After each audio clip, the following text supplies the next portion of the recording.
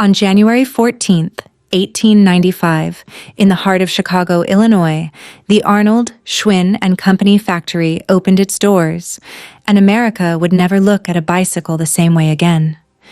The floor is still wet from the morning mop. The smell of machine oil sits heavy in the air. 4,200 men are already at their stations. The shift bell has not even rung. They are already moving, already building. The conveyor systems are pulling steel frames down the line with a rhythm so precise it sounds like a heartbeat. This is not a factory. This is a body, living, breathing, and self-sustaining.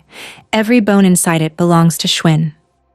By the time most Americans are finishing their morning coffee, this building has already produced more bicycles than most companies build in a month. Steel rolls in from one end, finished, branded, tested. Inspected bicycles come out the other. No gap, no delay. The system does not allow for gaps. Chapter 1. The Silent Schwinn Factory. A floor supervisor named Darnell Whitmore walks the East Production Corridor with a clipboard that hasn't changed its format in 11 years. He doesn't need it changed. Every morning, the numbers match the numbers from the morning before. That is the point. That is the whole point. 60% of every bicycle sold in the United States carries a Schwinn badge. Not 50, 60. In a country of over 150 million people, 60 cents of every bicycle dollar flows through this building on Kildare Avenue. Dealers don't choose Schwinn. They depend on it. Parents don't compare brands. They default. Retailers don't negotiate Schwinn's price. They accept it. Hi, viewers. If you grew up riding a bicycle in America, drop the brand name in the comments right now, and if this story is already hitting different, hit that like button and subscribe, because what comes next will change how you see every company you have ever trusted. The Chicago factory is not just where Schwinn makes bicycles, it is where Schwinn makes certainty. Every weld is checked by hand. Every shipment is logged before the truck leaves the dock. Darnell Whitmore can tell you, without looking at a screen, which dealer in Memphis received the last partial order and how many units short it was. That level of control is not accidental. It is architecture. A decision made at the very top that Schwinn would own everything, every part of the process, every link in the chain, because the moment you hand one piece of your machine to someone else, you have already started losing. No outsourcing, no shortcuts, no compromise. By 1970, that clock is the loudest thing in the American bicycle industry. But clocks don't ask questions. They just keep moving, right up until something inside them breaks and nobody hears it snap. Chapter 2. Marcus Beaumont does not raise his voice in meetings. He has never needed to. The senior vice president of operations sits at the head of the conference table on the 14th floor and speaks the way a surgeon speaks. Measured, flat, final. When he says something will be done a certain way, it is done that way. When he says a proposal does not align with company standards, the proposal does not move forward. When he says Schwinn does not outsource, the room goes quiet because everyone already knew that before they walked in. This is not arrogance. This is belief. And in 1970, that belief has been proven right enough times that it has stopped feeling like a belief at all. It has become fact. It has become identity. The internal culture at Schwinn is built on one idea that has never been questioned out loud. Control guarantees quality, and quality guarantees permanence. If Schwinn makes every part, Schwinn controls every outcome. If Schwinn controls every outcome, Schwinn never gets surprised. And if Schwinn never gets surprised, Schwinn never falls. There's one word used constantly inside that building: precision. Not speed, not cost, not market share. Precision. It shows up in training documents, in performance reviews, in the way floor manager Claudette Okafor addresses every new hire on their first morning. If you do it right, you only have to do it once. That sentence is basically the company's religion. New engineers who arrive with ideas about automation or imported components or streamlined timelines last about 2 meetings, not because they are yelled at, because they are explained to, patiently, that Schwinn does not operate that way, and Schwinn's results prove that Schwinn does not need to, and the results do prove it. every single year. The dealer network is the tightest in the industry. Schwinn dealers are certified. They carry specific inventory requirements. They follow pricing structures Schwinn sets and does not negotiate. In return, they get access to the most in-demand bicycle brand in America and a customer base that already asks for it by name. It works. Beautifully. Suffocatingly. It works. Because here is what nobody inside this building has figured out yet. There is a very thin line between a system that works and a system that simply has not been tested.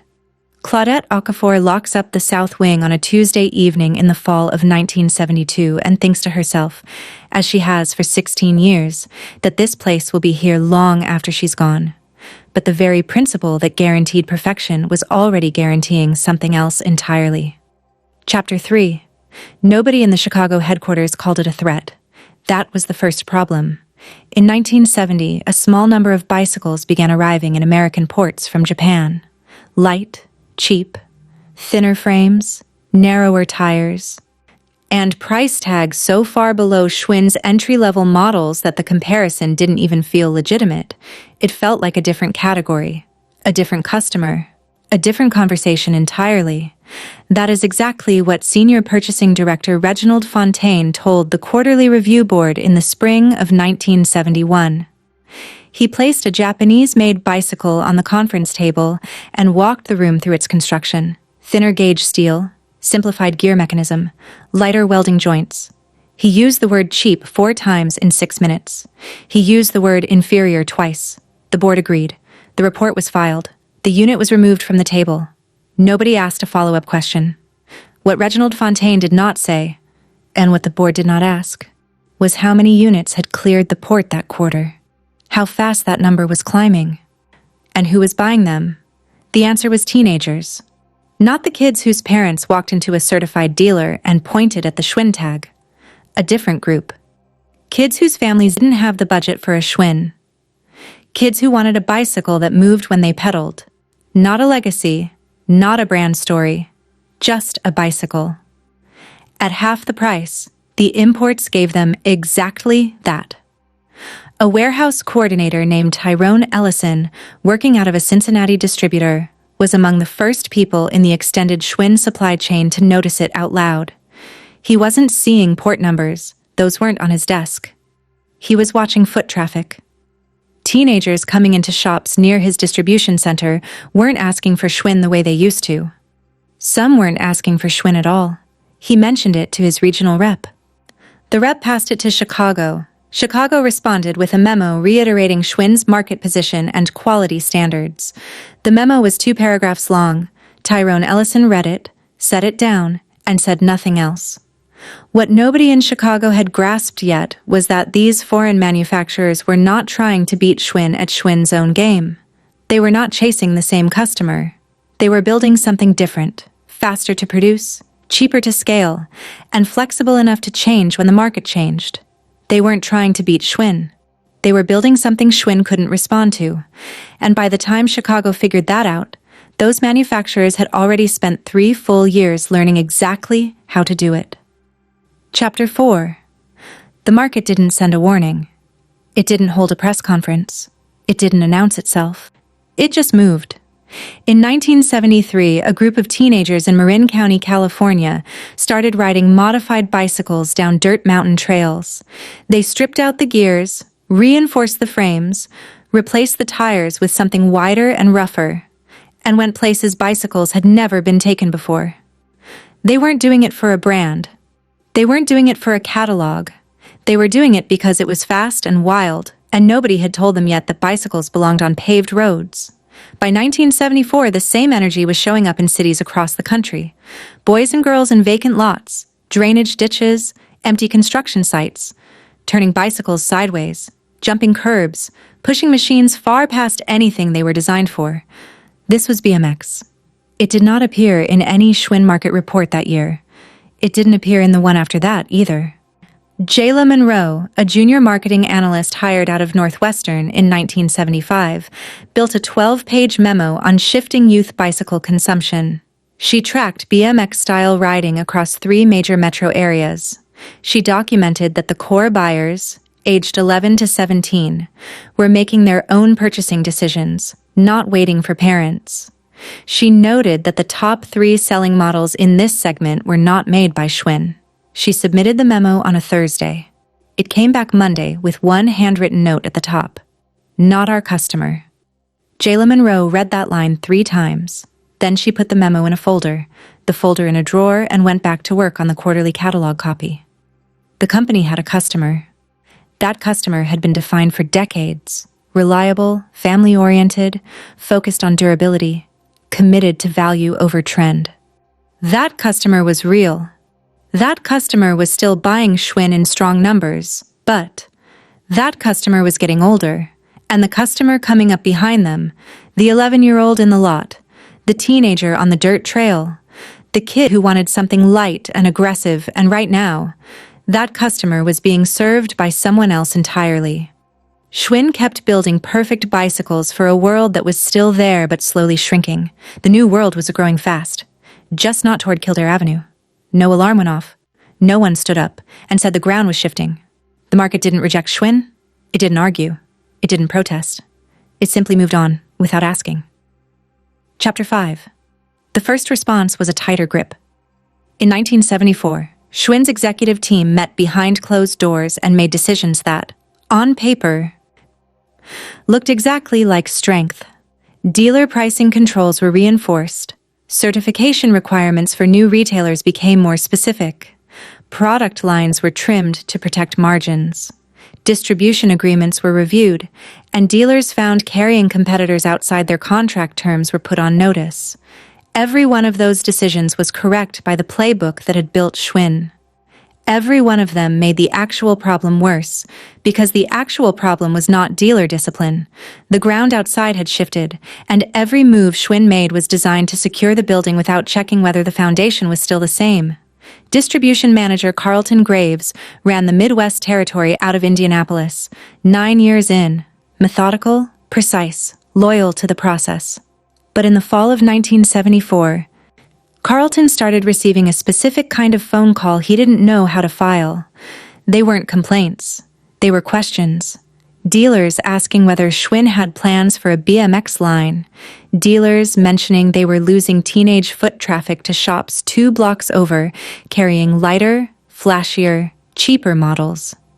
Dealers asking, politely, then less politely, whether Schwinn was watching what was happening on the ground. Carlton Graves passed every call up the chain the way he was trained. What came back down was a memo affirming Schwinn's commitment to the premium segment. Carlton sent the memo to his dealers. His dealers thanked him and went quiet. Then, over the next 18 months, 3 of his top-performing accounts began reducing their Schwinn floor space. Nobody called it a defection. It was just a realignment of inventory. A business decision. The numbers were changing. Inside Chicago, the top-line numbers still held. Revenue was stable, margins were holding. The premium customer was still buying. No emergency on the spreadsheet meant no emergency in the room. But Jayla Monroe, still at her 4th-floor desk, was watching a different set of numbers. Import figures, youth segment data, BMX sales velocity pulled from industry trade publications because nobody had asked her to pull them internally. The lines on her charts were not gradual, they were steep, and they were accelerating. She updated her memo, added 18 months of new data, resubmitted through her department head. It came back with a filing stamp. No note. Outside the building, the competitors who had started cheap and small were scaling fast. Production timelines were shortening. Designs were changing every 12 months. Price points were dropping as volume climbed. Schwinn's price points were not dropping. Schwinn's designs were not changing. The volume was still significant, but the curve had bent. Every solution Schwinn reached for was built for a problem that no longer existed. Tighten the dealers, for a dealer base quietly drifting. Defend the premium segment, for a customer aging out. Protect the margins, while competitors below were erasing the floor one price point at a time. Every solution solved the past and made the future worse. Chapter 6. The number that broke everything was not dramatic. It did not arrive with a headline. It arrived on a Tuesday morning in the winter of 1977. Tucked inside a routine financial summary that landed on the desk of Chief Financial Officer Wendell O'Shea like any other document on any other day. Labor cost per unit was up again. Not by a little. By enough to matter. By enough that when Wendell O'Shea stacked it against the competitor pricing data his team had been quietly tracking, the gap between what Schwinn spent to build one bicycle and what the Japanese manufacturers spent to build one bicycle had grown so wide that no amount of brand loyalty could paper over it forever. Wendell set the report down. He did not call a meeting immediately. He sat with it for 3 days first, running the numbers from different angles, checking them against previous quarters, looking for an error he already knew wasn't there. There was no error. The American factory floor that had been Schwinn's greatest strength was now its heaviest weight. Union wages had climbed steadily through the early 70s. Material costs were up. Overhead on a building the size of several city blocks did not shrink because the market had changed. It stayed exactly where it was, massive, fixed, and demanding to be fed. Meanwhile, a manufacturer in Osaka was producing a comparable entry-level bicycle at roughly 40% of what it cost Schwinn to build the same unit in Chicago. Not a worse bicycle. Not an inferior product anymore. A comparable one. The gap in quality that Reginald Fontaine had pointed to in that 1971 boardroom, that gap had been closing, quarter by quarter, while Schwinn was busy protecting its dealer certifications. A senior cost analyst named Brianna Calloway had been tracking the margin compression in detail since 1975. She had a chart on her wall, not a digital one, a hand-drawn one on graph paper, that showed 2 lines moving in opposite directions. Schwinn's cost per unit going up, competitor cost per unit coming down. The lines had crossed in 1976. She had flagged it at the time. The response had been a task force. The task force had met 4 times, produced a 40-page internal report recommending incremental domestic efficiency improvements, and dissolved. The 40-page report sat in a binder in a cabinet on the 3rd floor. The 2 lines on Brianna Calloway's chart kept moving. By 1978, Schwinn's margins on its mid-range models had compressed to the point where the company was essentially defending market share at the expense of profit. Selling more meant losing more per unit. Raising prices meant losing customers to competitors who had no interest in matching Schwinn's cost structure because they had never built one like it. There was no clean move left. Every direction Schwinn turned, the cost of staying the same was climbing. And the internal resistance to changing, the culture that Marcus Beaumont had spent decades cementing into the walls of that building, had not softened 1 degree. By the time they all agreed that something had changed, the cost of changing had already doubled. Chapter 7. The late decision, the point of no return. The board approved outsourcing on a Friday in 1981. There was no celebration, there was barely a pause. The decision had taken years to reach, and about 40 minutes to formalize. The vote was not unanimous, but it was final. Schwinn would begin sourcing bicycle production from manufacturers in Taiwan. The Chicago factory would be reduced. Costs would drop. Margins would recover. The company would survive. That was the plan. What happened instead was that Schwinn handed the keys to its own future to a manufacturer it did not fully control, and then watched, over the next several years, as that manufacturer used everything Schwinn taught it to build a competitor. The Taiwanese partner was a company called Giant Manufacturing. They were efficient, fast, and hungry. Schwinn brought them detailed production specifications, quality standards, component requirements, everything Giant needed to build bicycles to Schwinn's exact standards. In exchange, Giant built those bicycles at a fraction of the Chicago cost and shipped them back to the United States under the Schwinn name. For a moment, it looked like it was working. Costs came down. The bleeding slowed. The board exhaled. But a supply chain manager named Deshaun Mercer, stationed in Schwinn's logistics division, started noticing things that did not appear in the board presentations. Lead times were inconsistent. Quality control reports from the Taiwan line showed variants that the Chicago floor would never have tolerated. When a shipment came in short or off-spec, the resolution process moved slowly because Schwinn no longer owned the floor it was complaining about. Deshaun Mercer wrote 3 internal memos in 18 months flagging the dependency risk. The core of his argument was simple. Schwinn had transferred its production knowledge to Giant without retaining the leverage to enforce its standards. Giant knew exactly how to build a Schwinn bicycle. Schwinn no longer had a factory that could build one itself at scale. His third memo was returned with a note asking him to focus on shipment scheduling rather than strategic analysis. Deshaun Mercer kept his head down and his files organized. He had a feeling he was going to need them. He was right. By 1984, Giant had absorbed enough production knowledge and enough manufacturing scale that it began developing and selling its own branded bicycles, directly competing in markets where Schwinn operated. The student had not just learned the lesson. The student had opened a school across the street. Schwinn's quality consistency, once its untouchable identity, was now uneven.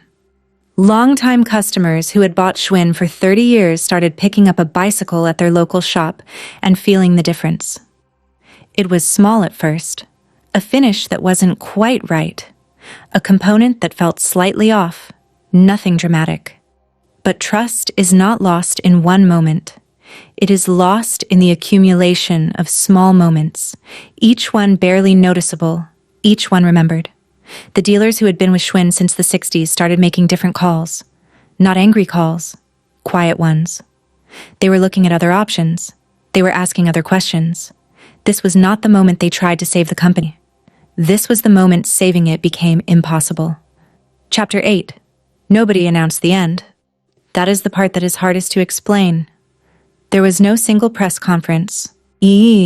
No emergency shareholder meeting, no dramatic moment where the lights went out and everyone stood in the dark understanding that it was over. It did not happen that way. It happened in pieces. In 1982, 3 of Schwinn's longest-standing certified dealers in the Northeast quietly dropped their exclusive agreements and began carrying Trek and Specialized alongside the Schwinn line. They did not make a scene about it. They sent letters. Polite, professional letters that cited changing consumer demand and the need to serve a broader customer base. Schwinn's regional sales director, a sharp, no-nonsense woman named Renata Holloway, read every one of those letters personally. She made calls, she had conversations, she offered incentives. 2 of the 3 dealers came back. One did not. That one dealer's floor space, once entirely Schwinn red and chrome, was replaced within 60 days by a Trek display that moved faster than any comparable Schwinn product had in 3 years. Renata Holloway noted it in her report. The report went up the chain. The chain responded with a new promotional materials package and a refreshed dealer incentive structure. The promotional materials arrived 6 weeks late due to production delays at the new Taiwan-sourced print vendor. That was 1982. By 1985, the dealer abandonment had moved from isolated cases to a pattern. Not a flood, a pattern. Steady, incremental, and impossible to reverse with incentive packages and promotional materials. The certified dealer network that had been the backbone of Schwinn's distribution model for decades was thinning. And as it thinned, Schwinn's visibility on retail floors across the country thinned with it. Competitors were not standing still. Trek was growing fast. Specialized was building cultural relevance with serious cyclists. Huffy and Murray were capturing the value end that Schwinn had once dominated. There was no segment left where Schwinn held the kind of uncontested ground it had owned in 1970.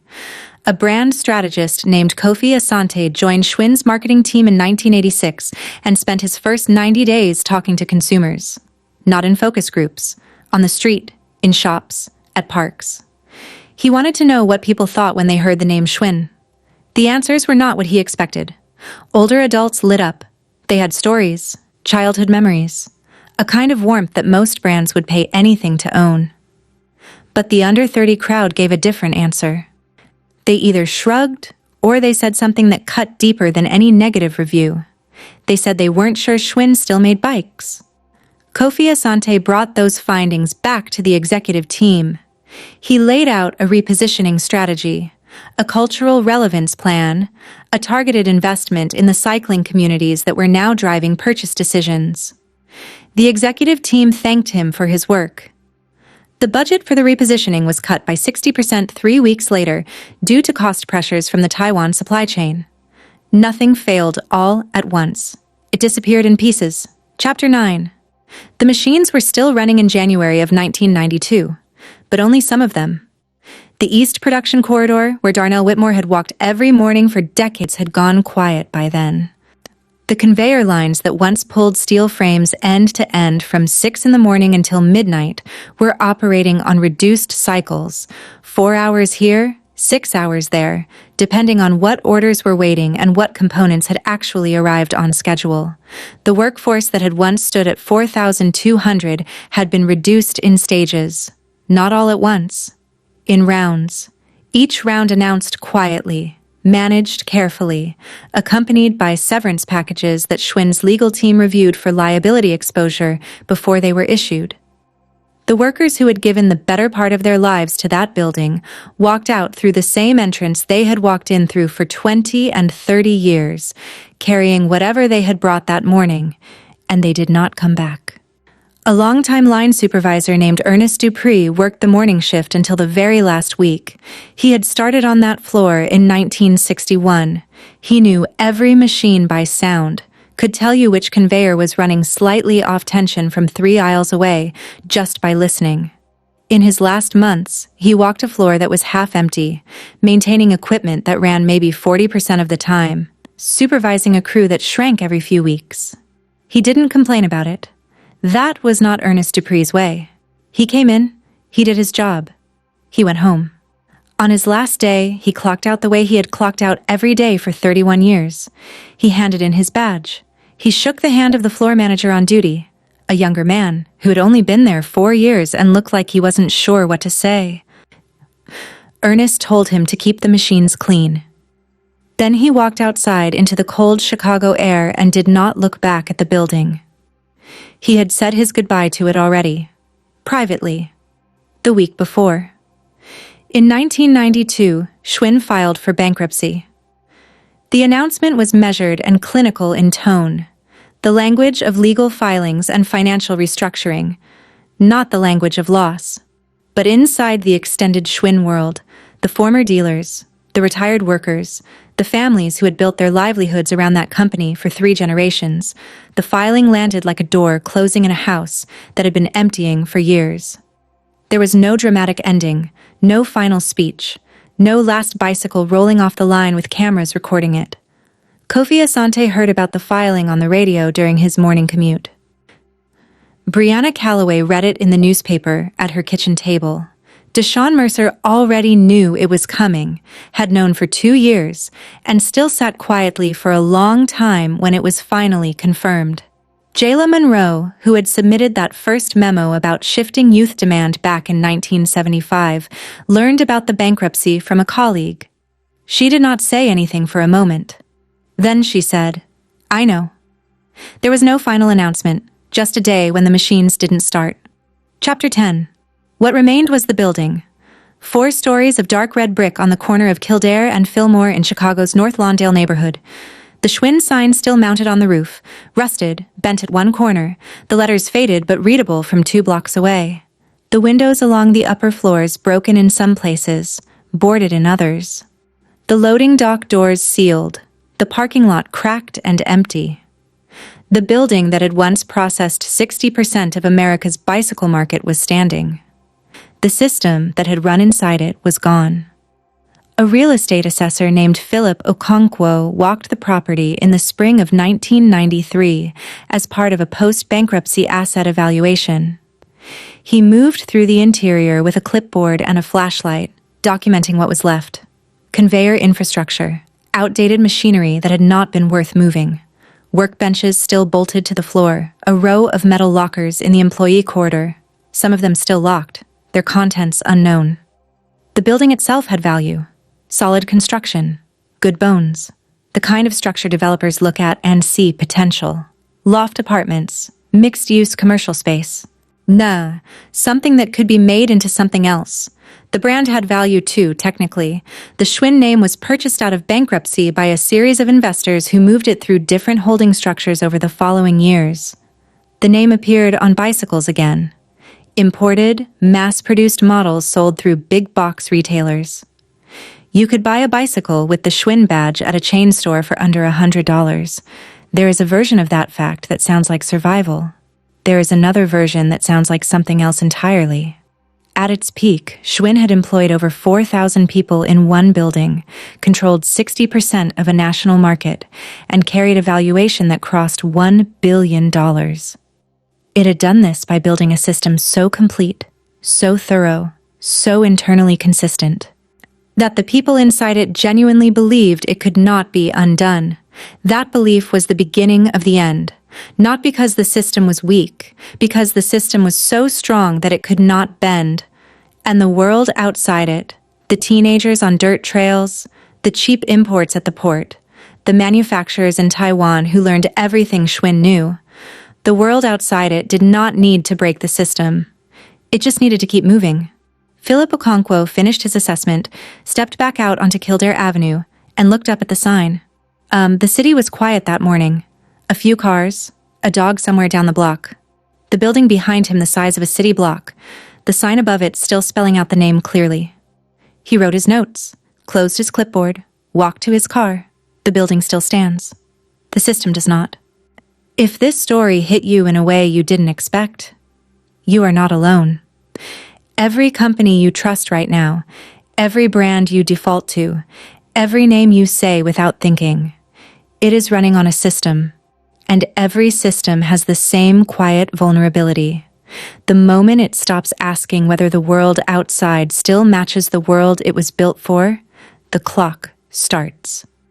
Subscribe to this channel and turn on the notification bell right now, because the next story coming is one you will not want to miss. There are more companies, more empires, more billion-dollar names that vanished the same quiet way Schwinn did. And every single one of them has a lesson buried inside it that nobody taught you in school. Drop your thoughts in the comments. What did this story make you think about? What company today reminds you of Schwinn? Your answer might be the most important thing in that comment section, because someone reading it will see their own situation differently. Share this video with someone who needs to hear it, not just someone who likes history, someone who is building something right now. Someone who believes their system is too strong to fail. The building still stands. Make sure yours can say the same.